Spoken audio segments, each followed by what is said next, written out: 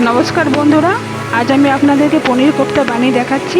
দেখুন কি কি লাগছে। এটাতে 200 গ্রাম পনির লাগছে, টক দই, ময়দা, কাশ্মীরি মরিচ, গোটা জিরে, এখানে মগজ, পোস্ত এবং কাজু বাদাম বাটা আছে, বাটার, কাজু কিশমিশ, কস্তুরি মেথি, দারচিনি, এলাচ আর হলুদ, টমেটো ওটা লাগবে না, আদা বাটা আছে 1 চামচ, আর ফ্রেশ ক্রিম আছে। প্রথমে আমি পনিরটাকে ভালো করে গ্রেট করে নিচ্ছি, যাতে পনিরটা ভালো করে বাইন্ড হয়। দেখুন যেন দানা না থাকে। এবারে আমি পনিরটার মধ্যে ময়দা দিয়ে দিচ্ছি, বড় চামচে 2 চামচ দিচ্ছি।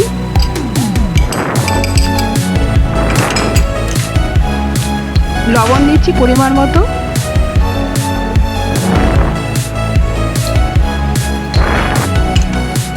ভালো করে মেখে নিচ্ছি।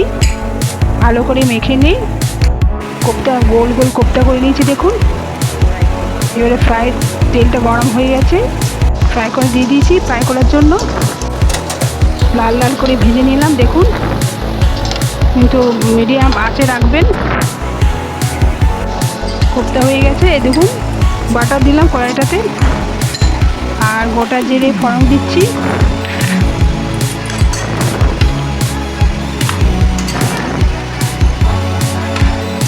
একটা দারচিনি দিলাম,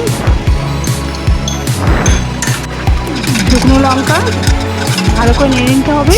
এরপরে পেস্টটা দিয়ে দিলাম, কাজু, পোস্ত আর মগজ বাটা আছে 1 চামচ করে, সব ভালো করে নিয়ে নিতে হবে।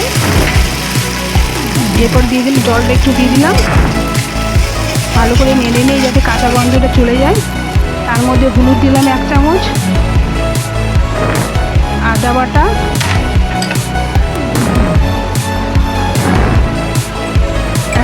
কাশ্মীরি মরিচ দিয়েছি কালারের জন্য। ভালো করে নিয়ে নিতে হবে। দেখুন কাঁচা লঙ্কা, দই দিলাম 2 চামচ।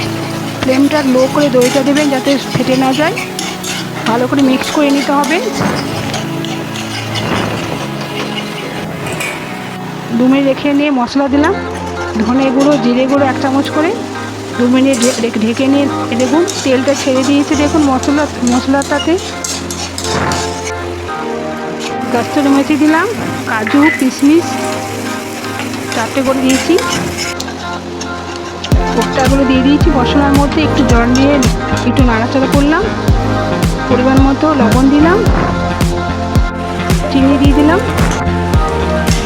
আপনারা চাইলে উপর থেকে ঘি দিতে পারেন, আমি এখানে ঘি দিইনি। আর ধনে পাতা দিতে পারেন কুচি করে। একটু জল দিতে হবে, যেরকম আপনারা গ্রেভি করবেন সেরকম জল দেবেন। ফ্রেশ ক্রিমটা দিলাম 1 চামচ। দেখুন তৈরি হয়ে গেছে, কোফতা তৈরি হয়ে গেছে। দেখুন পনির কোফতা।